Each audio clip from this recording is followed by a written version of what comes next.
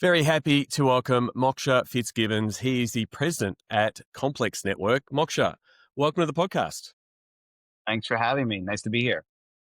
Not a problem at all. I always start my podcast asking people how they got their start in the world of sports. For you, I'm going to say, how did you get the start in the world of sports and entertainment? Because it's a very wide field that you've been in. How did you get your start in the business? Yeah, well, sort of coming out of college, I guess kind of a fun story. I was at a family wedding, and I thought I wanted to go into banking, and I had like a distant like second cousin who told me that would be the most boring decision I could make in my life, and he sort of guided me to the entertainment and sports business.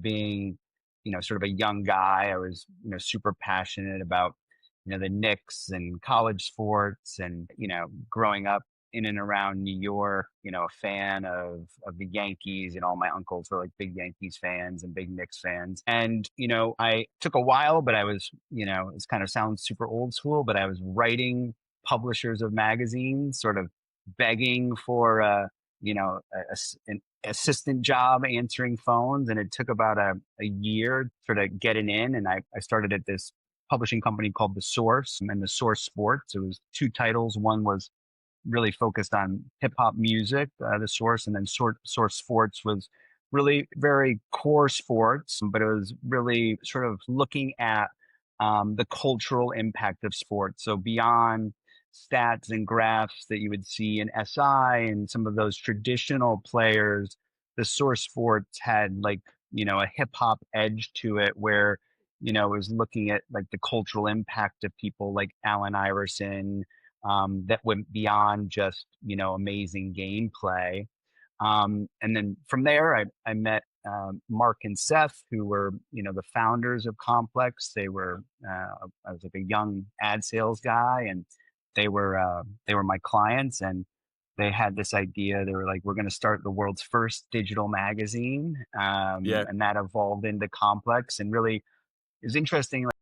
The conceit of Complex was kind of like aimed for youth culture, and at the time sort of millennials before there were millennials. But the point was like young men are complex, and they're just as interested in skateboarding and snowboarding as they are in traditional sports, and they're just interested in t-shirts and hoodies as they are suits, and they like punk rock as much as they like hip hop. But there was, back then, the media was super vertical. It was like, if you wanted everyone had traditional their niches, sports, we would say. right. Everyone had to stay in their lane. Yeah, like if you wanted skateboarding, it was Thrasher and Skateboarder. If you wanted football, it was SI. If you wanted men's fashion, it was GQ. If you wanted rock and roll, it was Rolling Stone. If you wanted hip hop, The Source. And sort of our insight was like, someone said example of Allen Iverson is like the worlds are merging, and the icons that we celebrate in sports and culture have a broader effect on culture than just gameplay or just entertainment. And if you look a lot of what we did early on at Complex, it was like taking Tony Hawk and pairing him with the hip hop artist Exhibit. So it was really showing like these two worlds colliding, but both had a significant impact on youth culture. And so, I mean, you're effectively talking there about, in the genesis and the start of Complex being in that, that big media shift. We're both dating ourselves, remembering either writing for magazines and buying magazines and print media. And it was sort of in those early 2000s where print was trying to figure out digital in the same way that the sports world was. What was it like, going out there with a digital only offer and like not having the hang-ups of hang on, we've got to keep print going and not cannibalizing it, but really just going pure digital in that. Yeah, so it's interesting. So when we first launched, the digital version of the magazine was actually on Sony mini discs, if you remember those. Yep. That didn't scale, to say the least. Yeah. We then made a physical print magazine, and that was like, as a concept, it was really successful. It was also, is well embraced by consumers and really well embraced by the advertising community. But there's so much friction on the physical print in terms of getting the content to consumers. And in the early 2000s, we started to lean in and incubate around digital. And as it would happen, as we're like a couple years into it, very early stages, the financial crisis happened. The print business went to hell quickly, but the digital business, both in terms of audience scale and engagement, but also advertiser receptivity, even during the crisis, it went up like 600%. And we were like, hold on, wait a minute. Like we're reaching way more people. We're really engaging with them and we're getting like actual signals back versus like, print, like, okay, like maybe you get some letters to the editor. There's not a lot of feedback, but we're getting real time engagement on site through commenting and through, you can see the articles being shared and all of that kind of stuff. And then just that ease and lack of friction to get to consumers then unlocked sort of this light bulb moment like, hey, we can really scale the brand here and therefore be more attractive to the advertising side of the business and drive revenues. And then there was all kinds of different formats in digital, right? So there was like the initial phase, then there was like the blog era, right? So it was like, Yep. we had Complex as a main brand, but then we operated all these different blogs in, things like Total Pro Sports or Nah Right, which was like a hip hop blog. It was, to all these different verticals that were interesting to, mainly males, sort of like 16 to 30. And then, the blog kind of era evolved and it became like an SEO era where you're fine Yeah. tuning all of your content to drive engagement around, sort of Google and Facebook referral. And that's where, Complex, sort of made its bones around like, articles like, the 50 greatest basketball players of all time or, Yeah, the you era of know, the listicle. correct. Like Yeah, I we mean, all we we all really, remember that. Yeah. yeah, I mean, I wouldn't say we were the first ones to do it, but we definitely were folks that perfected it. And we had reams of people who were cranking out lists and rankings because the rankings create debate too, right? Like, Yeah. where does your favorite player fall on this list? But then we would even go more into like the cultural side. It would be like, not to keep going to Allen Iverson, but it would be like, his most iconic hairstyles, because that was like a thing he was known for. Or Yeah. we would take it into the sneakers arena, like ranking the top Jordans of all time, or even the inverse, like what are the ones that weren't the best of all time. And you do that across skate, you do it across running, all the different verticals. So in that era, like you're going from, you're sort of now drinking from the fire hose of getting so much feedback back, but then you're also trying to work with advertisers to say, here's the different options. And again, the way you would have monetized it back then and as it evolved, because like ad tech wasn't available, there wasn't like programmatic ads and just simple plugins and me diving in ads served. Is that also an evolving process to figure out how you could partner with your advertisers, both, when you're trying those different things, whether it be blogs or, feature series and content partnerships? How did that Yeah. evolve in those early Yeah. years? Yeah. So one thing we've always sort of, I guess, our philosophy, both content wise and approach business wise, is, Complex aims to be a very deep connection with the audience where certain other folks will go a mile wide and an inch deep. We were the inverse of that, right? So it's like very specific topics. It's sports, music, sneakers, style, pop culture. It's kind of what Complex was known for. And we try and go really deep with the relationship with the consumer there. The same was true with the marketers, right? So marketers could go anywhere and get an abundance of scale as they can today, but what they were missing in their media mix was depth of connection, authenticity, curation with the consumers. So our presentation to them was always like, hey, let us help you, Bacardi, be authentic within basketball culture. And in that blog era, we actually launched a blog with Bacardi called Triangle Offense. And we pulled over the editor in chief of Slam magazine to run it. And it was like super successful for that era of time. So in some ways, what's really interesting is like we were even doing it in print, right? Like Cadillac or whoever would come to us and they'd be like, hey, we don't think our like basic form, not boring, but our basic creative fits the lifestyle. And we would help them develop like these like, either booklets or inserts or multi-page sort of like custom ads. And we took that approach to the digital space.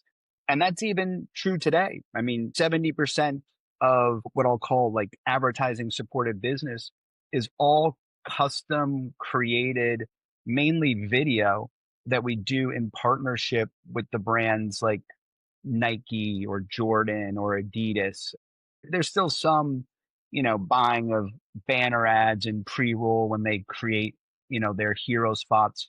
But most of it is they want to be in the tone and voice of Complex because that's going to drive the most relevancy. Because, if they just need scale, you just go to Meta and you turn on the faucet and you got it. And is that where I think, for mine, is that where Complex is sort of like a sports team in that you've got that depth of connection with your readers, so they are a tribe, they are a fan base, they are looking out for what's next from Complex, and so you can sort of be pitching Complex, like the Knicks or like the Yankees, in that, hey, we've got Complex fans, this is what they expect, we respect them as our readers and what they expect from us, and so that sort of brings the advertiser to the table in some more of those Yeah. collaborations. Yeah. And over the recent years, we've sort of evolved that approach from being what I would call like traditional digital, which is web based, mobile web, app based, to being really video centric and video taking form in the long form and in content like this, or sort of like more highly produced stuff that we would do on YouTube and other places, to, extremely fast, speedy, highly shareable content that's built for TikTok, YouTube Shorts, Instagram Reels, which is, sort of like to flood the consumer who's looking for that rapid dopamine hit. And, it's interesting. We've built a lot of like on air personalities, which are, quite famous now. People like Joe LaPuma, who's the host of Sneaker Shopping, the Sneaker Podcast, On Display, which is another show we do. People like Speedy Mormon, who hosts our show 360. We used to have a food show called Hot Ones, which was one of the most popular, sort of food-based interview shows on the internet, or probably still is. But, shows like Sneaker Shopping, because of the connection of sneakers and sports, the most watched and most engaged episodes are always athletes. Like, the top ranking one we've ever done in history is with Christian Ronaldo, and just last week or 2 weeks ago, we had Saquon Barkley on. Like, so even though it's lifestyle, the athletes are, consumers always want to see content with the icons that they admire most. And then they want to see them in a space that they feel is like relevant and attainable to them. And then as watching that content, they want to hear and see things that give them social ammunition within their peer group. So it's like, here's the icon of Christian, but then wait a minute, he's in Flight Club, a store that I can go to in New York City, and Yeah. he's buying shoes that like I can buy, or maybe I'll go in there and buy them, and now I can be at the water cooler at work or the locker room and say, well, like Christian and I got these sneakers. So, and then, it sort of ties back to like the whole fandom, but wraps it in a lifestyle wrapper. But it definitely, I mean, it does set that point of difference. You're not ESPN. You're not going to be talking to Ronaldo about his fitness regime or how his hamstring's going. You are going to talk about what he likes, what sneakers he likes, what music he listens to. And again, that relatability, that's one of the pieces that seems to unlock that athlete storytelling piece, because the fans want to, I want to know that I'm watching the same TV shows, the same movies, and listening to the same music, whether it's Ronaldo or LeBron.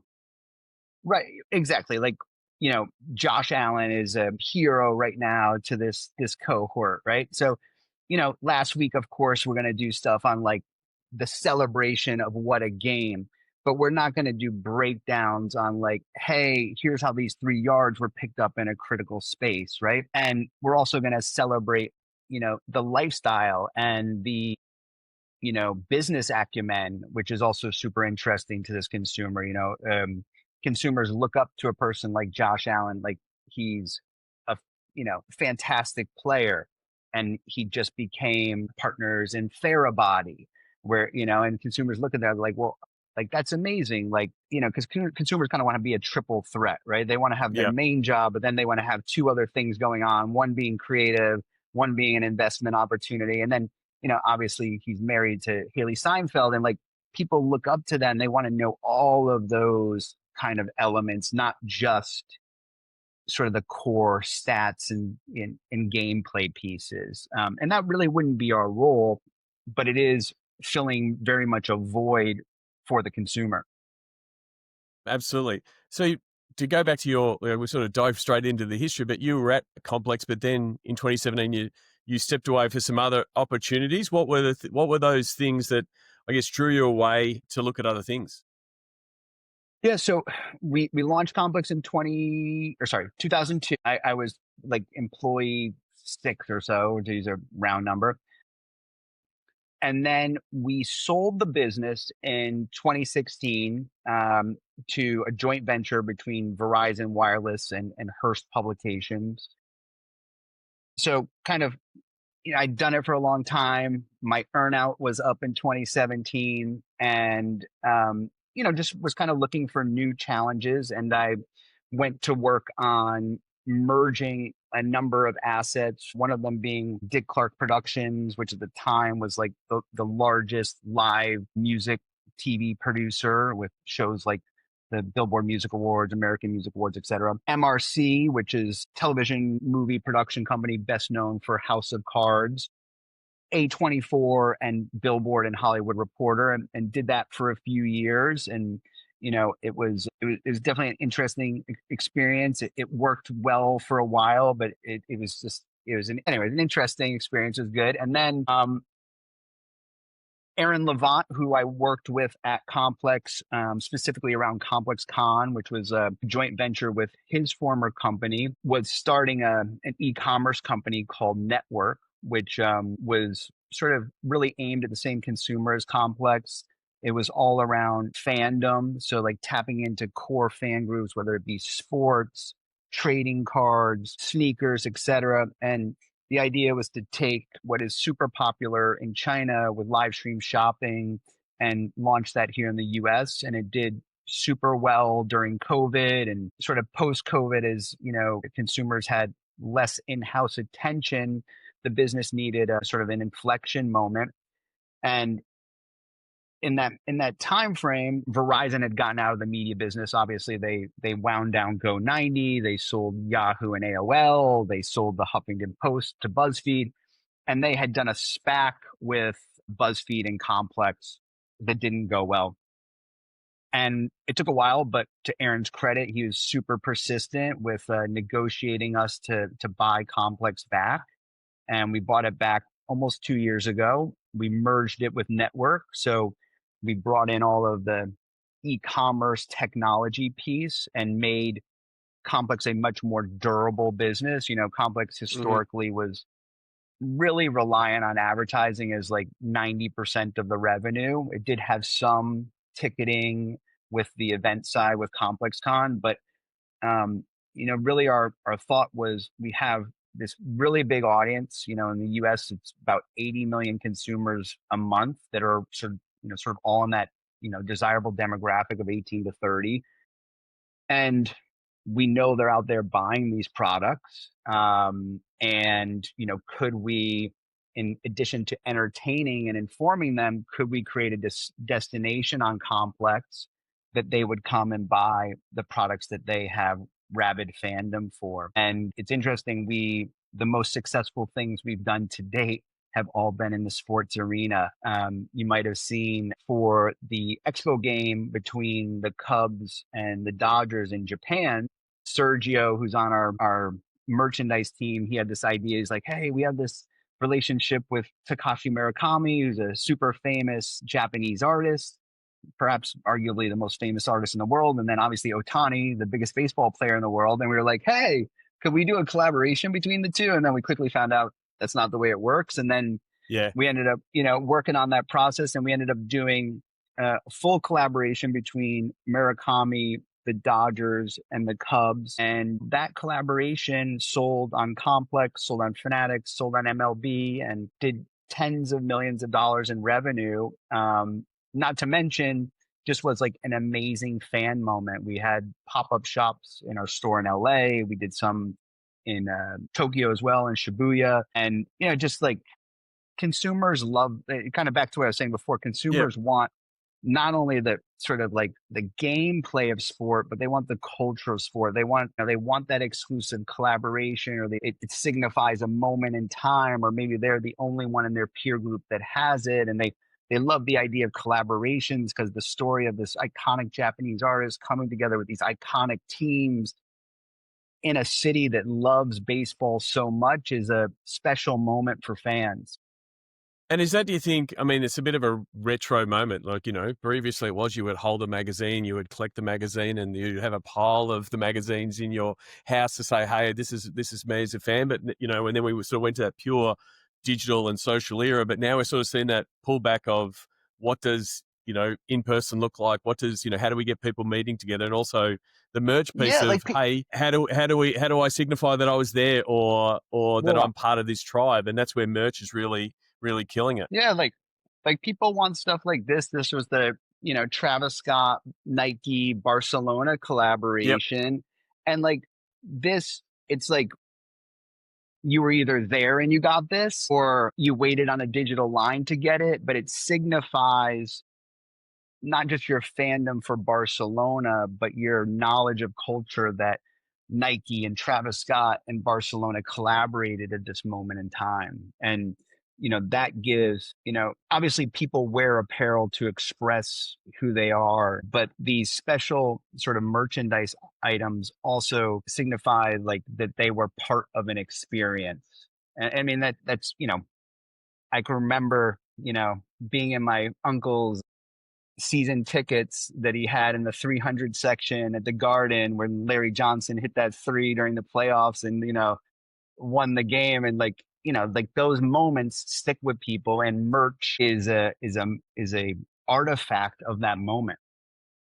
And so now you've got the business that can effectively service that with the merch piece, with the events complex con, and being able to do that activation piece. Then my next question is how do you stay in front of those shifting youth interest? What's the next thing? Like, you're partly the trendsetter, whether it's a collection with a hot artist and a hot athlete, and then you can sort of set the trend. But some of them get decided, whether on TikTok or Instagram. How do you make sure that Complex stays in the pop culture for? Hire really good young people that are obsessed with sport and culture and research it. That's their lifestyle.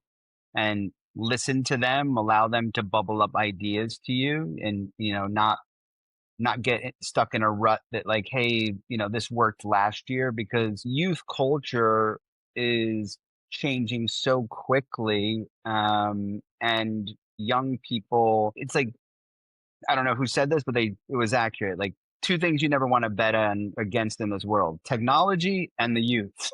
So, and I believe that from a business perspective, like you might not have to be the first one to do it, but you better be leaning into what's happening next with technology today, AI, obviously. And you better be leaning into what young people are doing and observing them and researching it, and then having that inform your business strategy. And so, I think we'll probably have a counter every time we say young people and youth. But how do you help and make sure, your executive team or people in leadership understand the importance of listening to those young ideas, these trends? Like, because, might not get the trend. You might not, why is this a thing? This doesn't seem, your gut might say, and it might be generational. How do you sort of break down that piece to go, I'm going to have trust in, my staff that are sitting, living in and breathing these trends? How do you make sure that's part of your culture? Well, it's really an interesting balance because the young people are great at identifying the nuggets of the things that are bubbling up and that will drive consumer engagement. And then the more experienced folks are really great at helping them frame and hone how you turn that idea into something that is commercially viable. So, like, sometimes young people will be like, this is great. We just got to go do this. And then the folks with more experience will be like, okay, that's great, but how do we package this so it's repeatable, so it can become a franchise? How do we think, what's the e-commerce opportunity here, or what's the advertising opportunity? Like helping them think about those things. And you know, we work in a bullpen environment, so ideas are flowing. There's four offices in the whole company, and they kind of like sub out as conference rooms as well. So there's very good idea sharing. And then, we have two meetings a week with sort of all of those younger folks and like sort of their key leadership, where they're bringing forth ideas. And then sort of the inverse is we're telling them like, okay, these are the business goals and realities that we're trying to work towards. And honestly, it sort of dawned on me the other day. I was like, this is such a great relationship because they're bringing us value, and then kind of through necessity, we're helping them gain skills as they will grow into our roles in the future. And then to use a sports analogy, like, you can swing for the fences, but not everything's going to be a home run. So it's a bit of that training of you take your swings but you take the lessons and you look at the metrics and the analytics and, break it down on what went right, what went wrong. But then when something goes right, you're like, okay, all gas, no brakes. We're going ahead with this because it's working. Yeah, I would say more times than not, things that they take a while to build. So, in content, in media, frequency is the name of the game. To build, let's just say we have this pilot, it's called tunnel vision, where it's looking at the fashion as athletes walk through the tunnels. You have to do that after every meaningful game multiple times Yeah. a week, so the consumer starts to see it and engage in it, and then you'll get the big viral moments. A show like Hot Ones that we created, now it's the most important show on the internet, or one of them. Yeah. And that took many years to build to that. Like they weren't booking Charlize Theron day one. Yeah. So there's a lot of, and then also we're really invested in building young people as the face of our brand and the host and the on-air hosts of our content. And to build them up, you have to have them, I call it on air, but in content multiple times a day. So the consumers are seeing them, building a relationship with them, and then their stardom builds from there. Absolutely. You've got to get those reps, but that repetition piece is really important. Like we find that you've got to at least do something 6 times so the fans start expecting it, and even better, they're like, "Hang on, this is meant to come out on a Tuesday. Where is it?" Like, and then we've got something here. And that testing and learn. One thing I did want Yeah, to, it's interesting. yeah, sorry. One time I was at Coors Light one time, and they told me that no one ever sees their ad until the sixth time they've seen it. So I was like, huh, that's pretty, like in terms of recall, I was like, that's pretty interesting. Yeah, and then as content producers, whether it's in media or sport, like people go, "Oh, we tried that thing once, it didn't work." It's like, well, it only went up once. The algorithm only gave it a little bit of love. You don't know how many people saw it. You've That's still right. got to I market your mean, content in different ways and right. different platforms to let people see it. Yeah. I mean, Scott Galloway, who, claims to have three of the top, I think, 100 podcasts or something like that. He always says it takes 2 years for a podcast to find its audience. Yeah. I mean, think about every week, sometimes multiple times a week until you find your audience. It's not for the faint of heart. Yeah, like 400 odd episodes in, I can attest to those type of Yeah. I things mean, in that finding was, your audience, I thought it would be relatable. Yeah. and very grateful for people listening. One thing I did want to talk to you, especially now, it's really something that is, I guess the next transformation of the media landscape is AI and what it offers, both from a productivity and workflow point of view, but then also the creativity side of things. How are you tackling AI at Complex? We're trying to embrace it as kind of aggressively, if that's the right word, or Yep. proactively as we can. We are whether it's in first drafting, whether it's in reviewing contracts, we're using it in those kind of areas.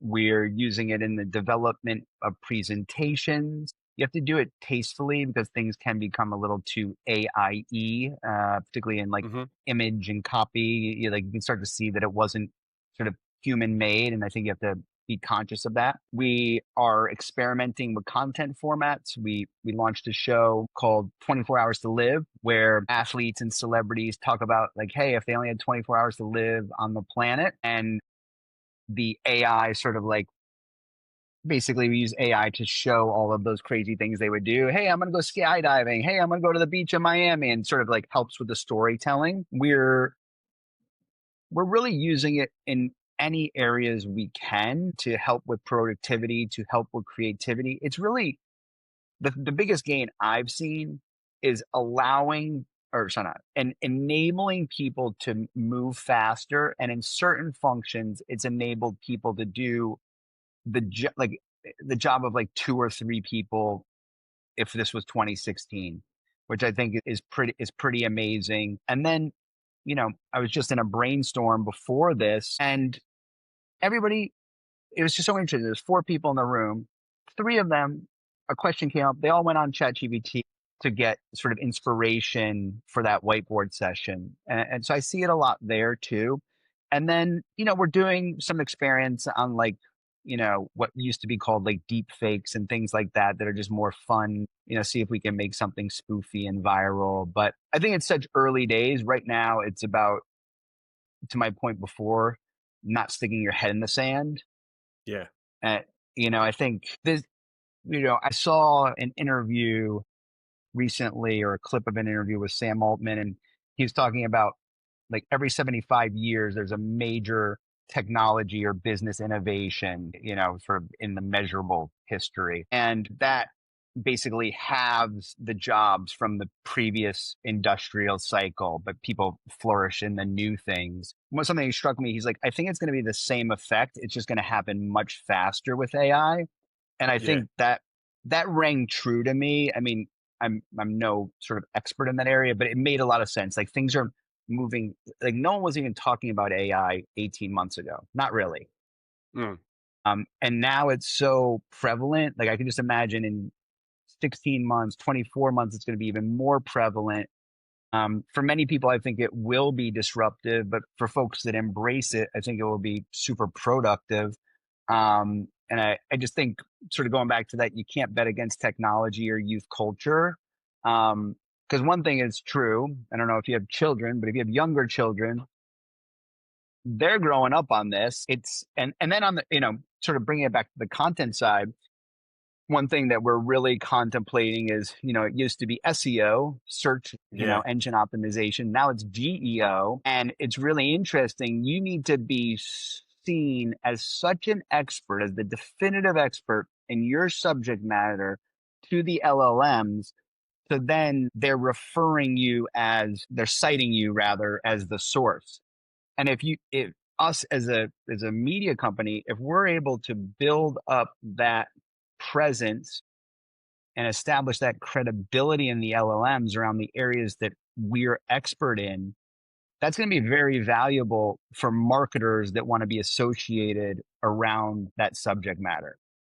Absolutely. I mean, we've been lucky enough to go through that, the origin of the web and digital, and that was obviously a really big shift, across media, but then across the world of business. But yeah, that point around what, referral traffic and things like that from LLMs will be, really critical. Like we saw how much media was, getting traffic from Meta at the time. Meta was the place that was getting all the traffic, and now Yeah.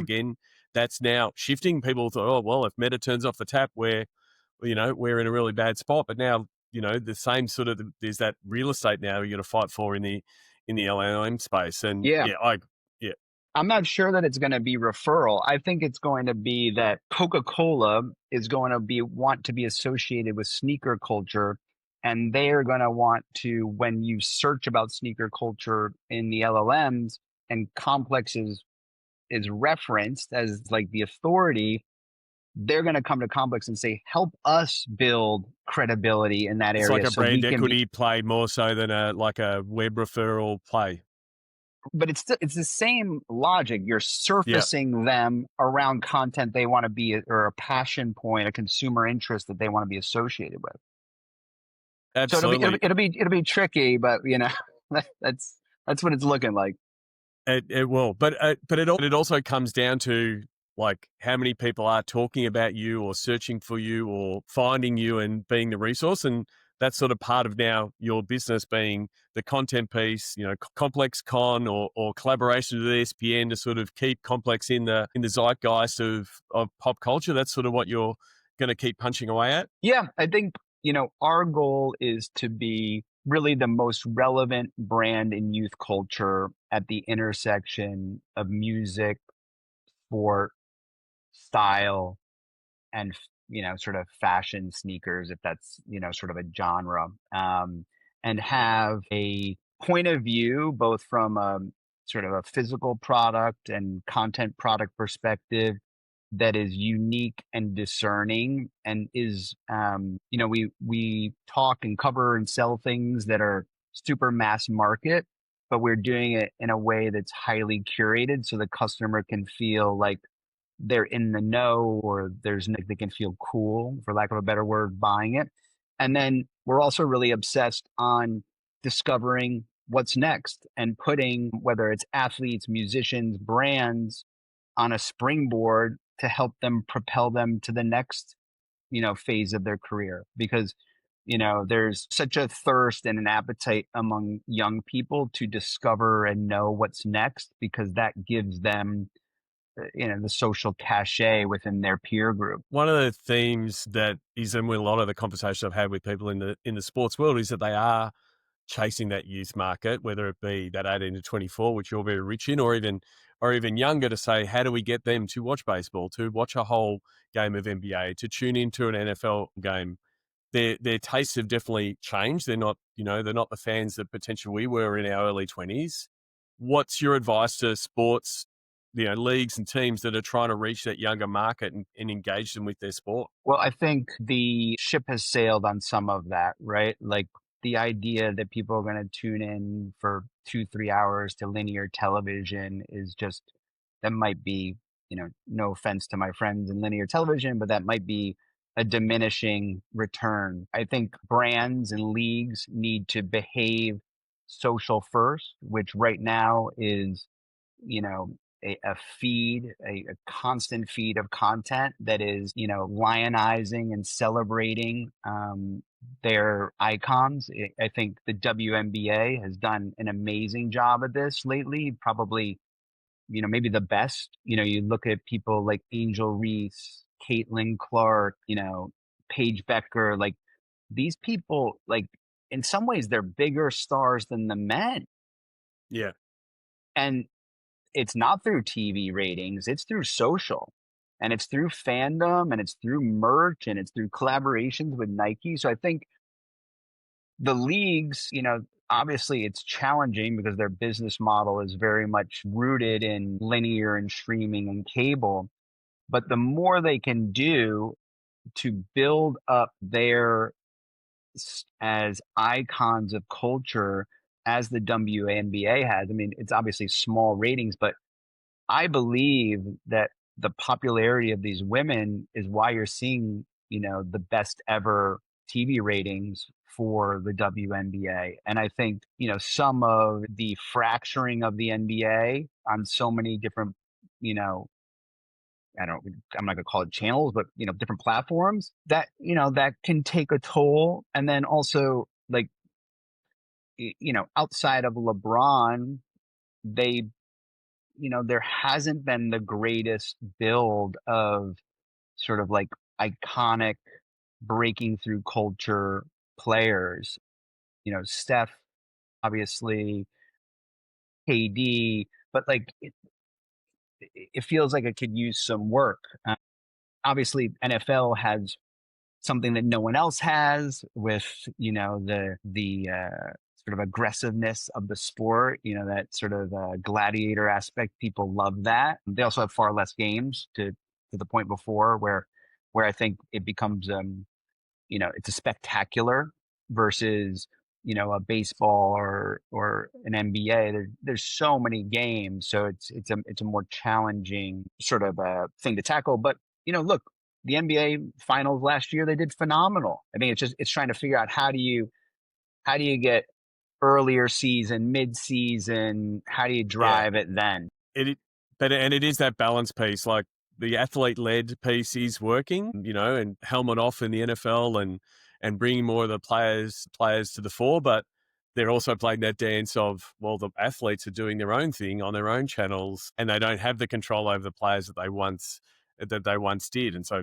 yeah, the WNBA is capitalizing on it, on what the women are doing. But yeah, it is an interesting one to see, I guess, how the media keeps changing and where the audiences keep shifting. Yeah, I think also I'm obviously not in that business, but I observe it. But I think it's probably pretty likely you see what happened last week or the week before with the Brazil NFL match, highest ever YouTube live stream. I think it was over 10 million people. That's probably a way to engage young people because YouTube is their most popular platform, and it feels like NBC, CBS, that's just not where young people are. But YouTube and Twitch and Amazon Prime are probably more relatable and approachable to young people because it's in the palm of their hand.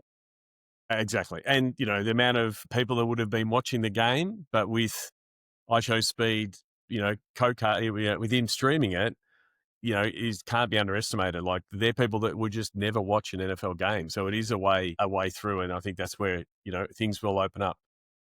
And that's what, I have three daughters and youngest one is 13. She doesn't watch YouTube. Well, she doesn't have a phone, but she doesn't watch it on the phone. She watches it on the TV in the living room. And it's just like she doesn't turn on. We don't have cable TV anymore, but like it's not the behavior. It's YouTube, it's Netflix, it's Amazon Prime. That's where they're going. Yeah. You could hand her a remote control and she won't know what it is. She'll think it's some weird phone from Star Trek or something. She won't know. There's no such thing as a channel clicker. It's like, I'm just Well, putting it yeah, on right, YouTube. right, but we have the Roku TV, so it takes a remote still. But you're right. You're not punching in numbers. You're just clicking through a couple apps. Yeah. Moksha, I really do appreciate you coming on the podcast. I wanted to finish with the Sports Geek closing five. Do you remember the first sports event you ever attended? Yes, I went to kind of a weird one. I think the first ever like professional sports. Yeah. Whichever one. No one can Google Okay. it unless they Yeah. can. Yeah. Well, probably a first ever sports event was like T-ball or Little League or something like that. But I think the first ever professional sports game I went to, weird enough, I went to a Hartford Whalers hockey game. I don't feel like they played Edmonton or something like that. But anyway, it was, I don't know if you've ever been to that Hartford arena. It is tiny. Yeah. It's like, a third of the size of the Garden or something like that. And then, yeah, so I think that was the very first one. And then, at least that I can remember. And then, like I was mentioning before, like all my aunts and uncles are from New York City. So like big Knicks and, Yankees fans. So I used to go to a lot of, particularly with my uncle, I'd go to a ton of Knicks games.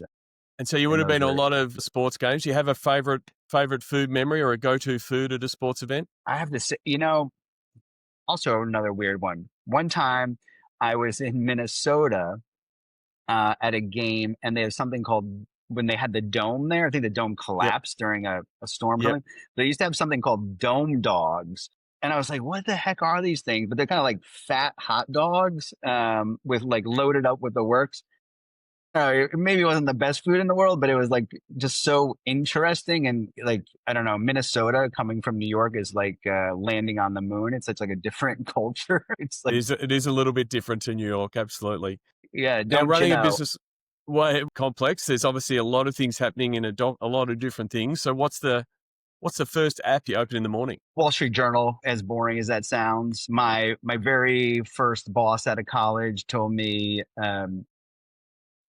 this is dating back, but he said, read the Wall Street Journal cover to cover every day and read the business section of the New York Times every day. And he said, any meeting you ever go into, you'll have something to talk about with that person that's of substance. Although it's a digital age, I have kept that behavior. Terrific advice. Is there someone that the podcast listeners should follow? It might be someone you've worked with or someone you follow on social media or an author. Interesting. I would say, selfishly follow any of the complex handles, complex sports, complex pop culture, complex. Those would be good ones. And then yeah, but I think those are the ones I'll they're the safest. That's not a problem at all. Last one. I always ask people what their social media platform is their MVP, and you can answer it personally, and then put your complex hat on and say, what's the platform that's killing it for you guys? For me personally, I think just also based on like the age that I'm at, like I would say like Instagram is sort of probably the MVP. But for us as a business, I believe YouTube is still like the most meaningful because of its depth and reach with youth, and also the time and engagement. Instagram has grown a lot, and we've grown our presence there a lot, particularly with their video product. It's gotten a lot stronger. And then every channel's or platform is different. Like we're still super leaned into Snapchat, but that's onboarding the youngest end of our audience. Yeah. Facebook and Twitter are the older end. Snapchat is pretty equivalent to Instagram at this point in terms of like the age.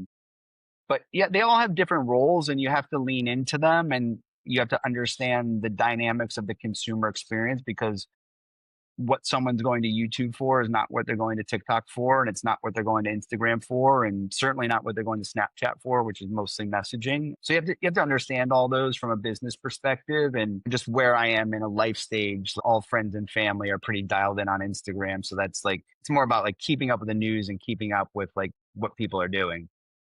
Absolutely. Well, Moksha, I really want to appreciate you taking the time. Yeah, and all the best for all things complex. We'll put links in the show notes. I always ask listeners to reach out and say thank you. Is there what's the best platform for people to do that, to reach out to you? Like LinkedIn is great. Well, thank you very much for coming on the podcast, and all the best for future endeavors. All right, thanks a lot. Appreciate it. Do I need to hold